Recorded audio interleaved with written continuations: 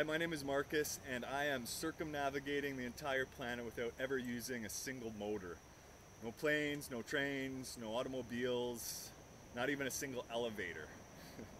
My project is called Routes of Change, and I'm using this adventure as a way to raise support for local nonprofits I connect with and inspire the public and students through my presentations to create sustainable changes in their lives. I've been at it for over 3 years, and I've made it about 30,000 kilometers around the planet so far, to the other side of the planet here where I am on Sumatra in Indonesia. I started this journey in the beaches of Toronto because that's where I was born, and that's also where the ashes of both my parents are. So I started at the bottom of the street that I was born on, and it just seemed like there was no better place to start a journey of this sort around the planet. Start it where I came from, and I'll finish it back there as well. So I had a lot of community there to start the journey with me, and one of my good buddies joined me in the canoe.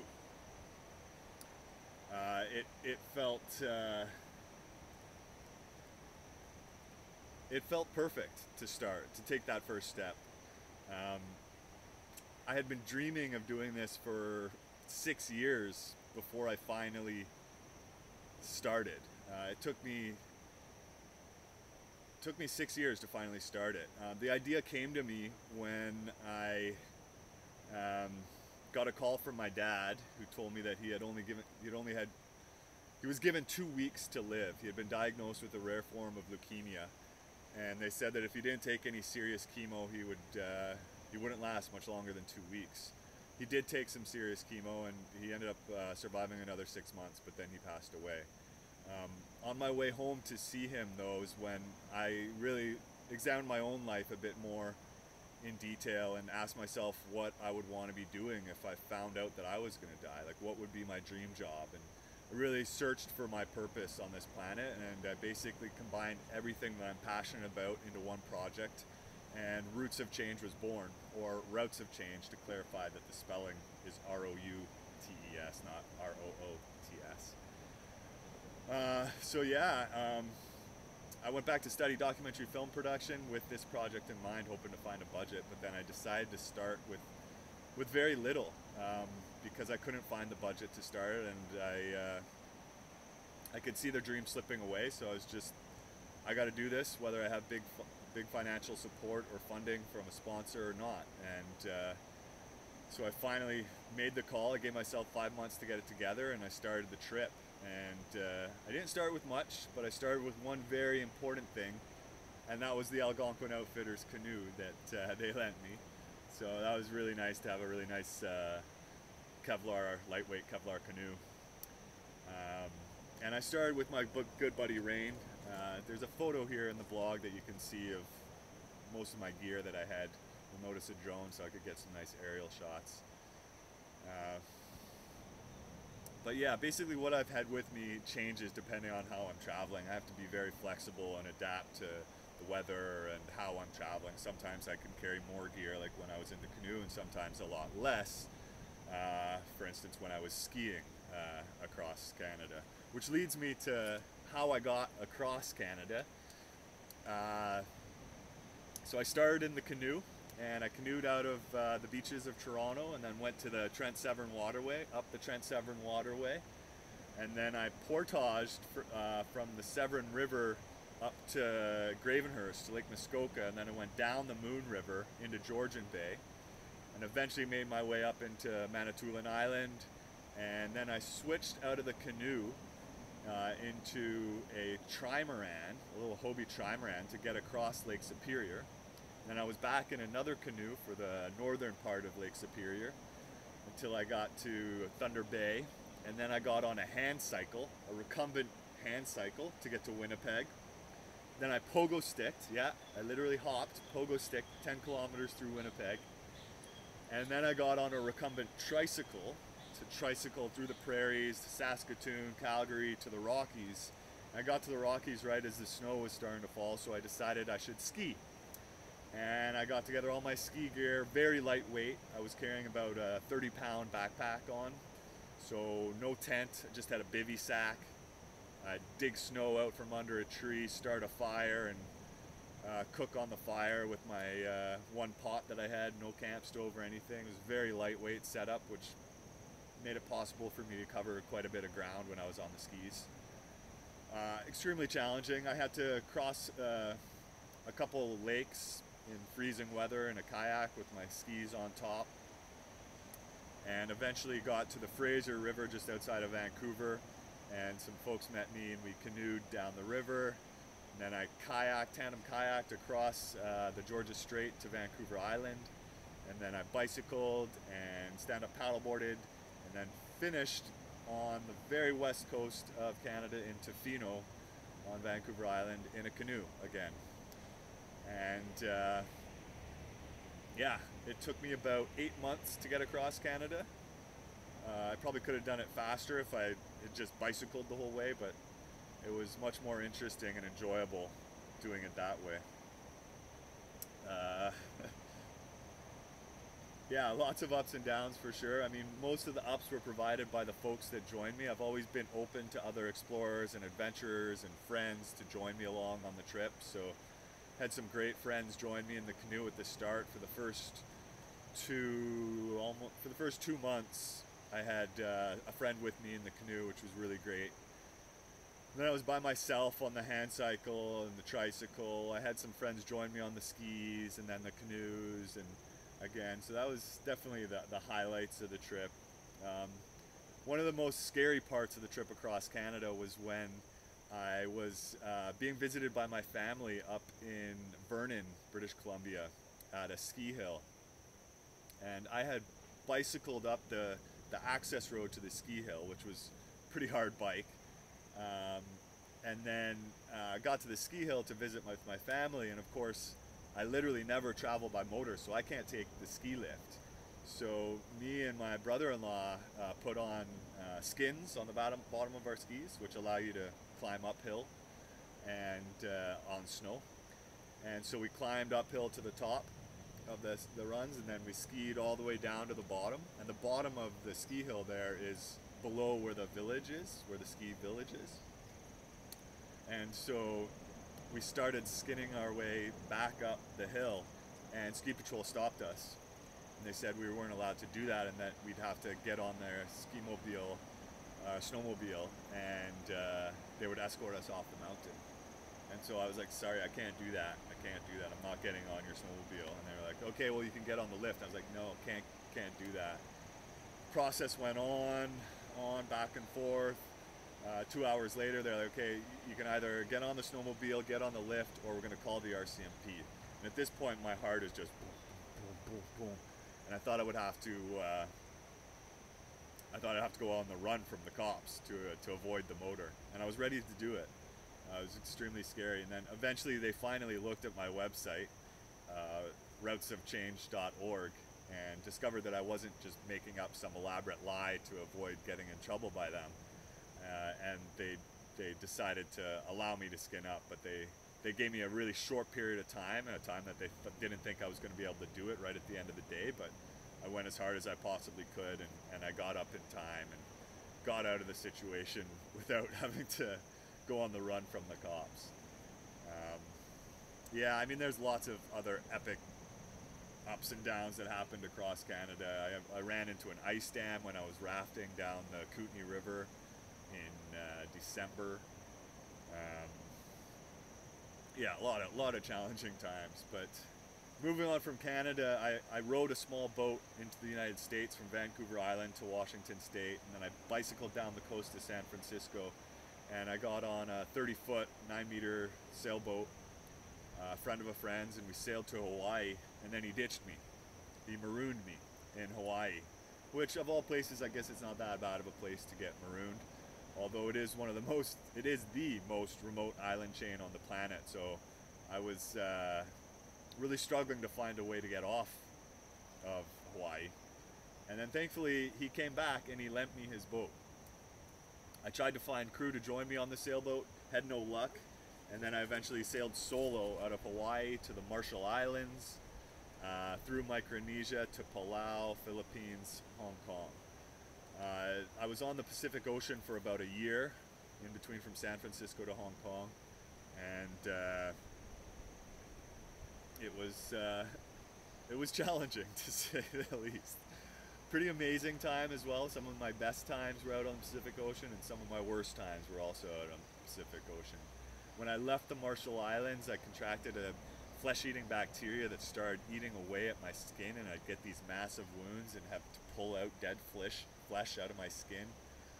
At one point, my whole leg was swollen up, bright red, and I had an option to either sail 5 days out of my direction to the nearest hospital, or 10 days in the direction of a very attractive friend of mine who I really wanted to see.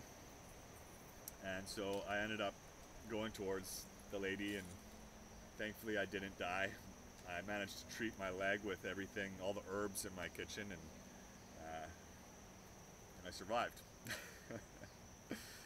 So yeah, made it to Hong Kong, and then I've been through Southeast Asia, China, Vietnam, Laos, Cambodia, Thailand, Malaysia, Singapore, and I kayaked over across the Malacca Strait to Sumatra, which is where I am now. I'm over halfway around the planet, and it feels amazing. It feels great, really. I mean, it's people find it hard to understand where I get my motivation from to continue on with this trip, but for me, I don't even struggle to find motivation, because this has just become my life. It's so natural and normal for me to live this way now and to travel without a motor that it's just second nature. And it really is like exactly what I want to be doing on this planet. This is what I love to do. This is what I'm passionate about. And sure, it's hard at times. Well, it's hard a lot of the time, but I love that challenge. That challenge fuels me, and I guess that challenge in itself is very motivating for me. But one of the biggest sources of motivation for me, or I guess in a way inspiration for me, comes from when people are actually the most inspired by me and what I'm doing. For instance, when I go to schools and I share what I'm doing with the kids and the teachers, and I just see their eyes light up, and just see them contemplating and imagining what is possible in their own lives and what they can do if they just take one step towards their dreams, or if they just make one little small change in their life, how that can have a ripple effect around the planet. And that's super inspiring for me. I really love that feeling, and it definitely reminds me how, like, what their value is in what I'm doing, and how I am really, I don't know, playing my little part on the planet.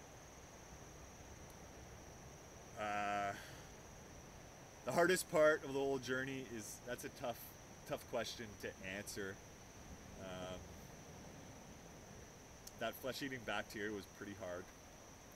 I also got bacterial dysentery in Vietnam. That was very painful.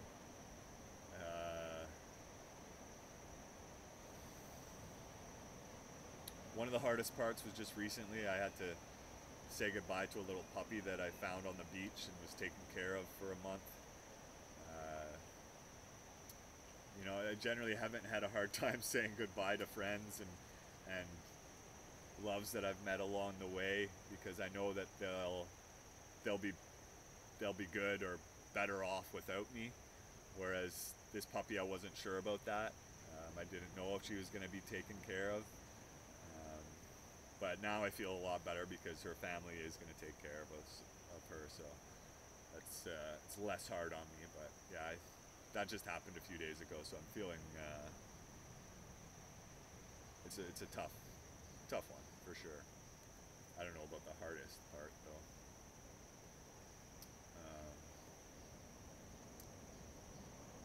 Yeah.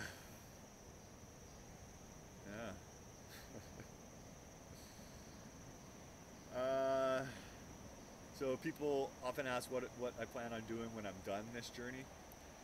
I tend to not think too much about that, but because people ask me, I definitely have answers to it, and I do know, I think, what I want to do, and it comes down to growing a family and growing food. I really enjoy being self-sufficient and independent, and growing food is really, I think, the best way you can do that on this planet. And it's extremely rewarding experience to grow your own food and be able to pick vegetables and fruits fresh, and enjoy the fruits of your labor. So yeah, I really would love to start a small farm, and hopefully, if I meet the right woman, I'll start a small family as well. Of course, when I do finish this trip, I will be working probably for a good 2 to 3 years, if not more, on the book and the film. That's a huge part of what I'm doing, so that's going to be a lot of work. I'm looking forward to it, though. I've been having fun documenting and writing and filming this journey so far. And if you're interested, you can actually support it.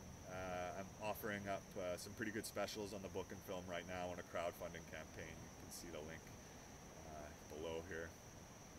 And yeah, your contribution to the campaign would be very much appreciated and help me to continue around the planet. So thank you in advance.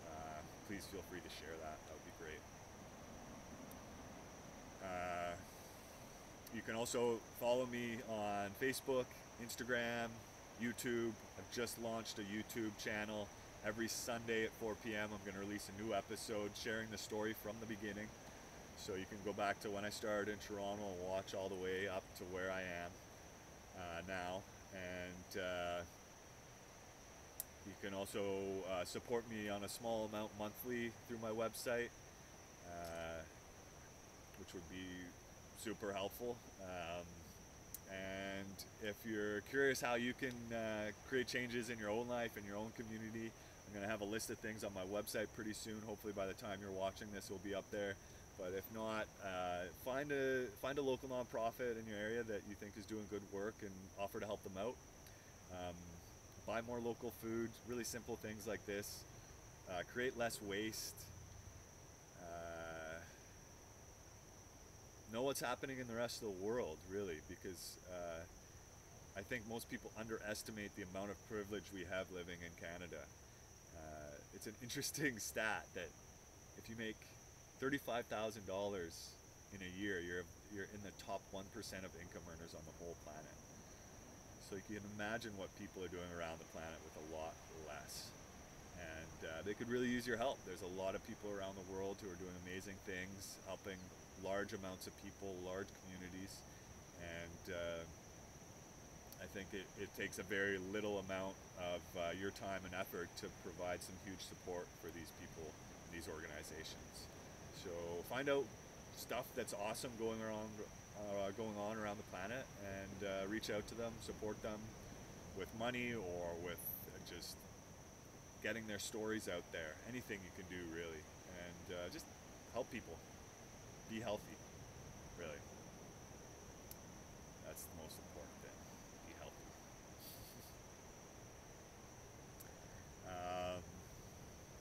Yeah. So I gotta get going. I think I need to go for a swim. I've been sitting in front of the computer all day.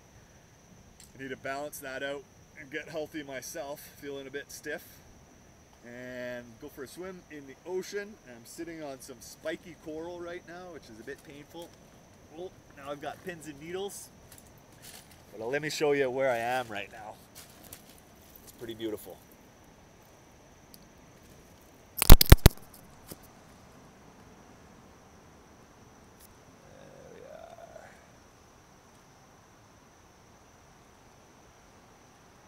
Sumatra, Indonesia.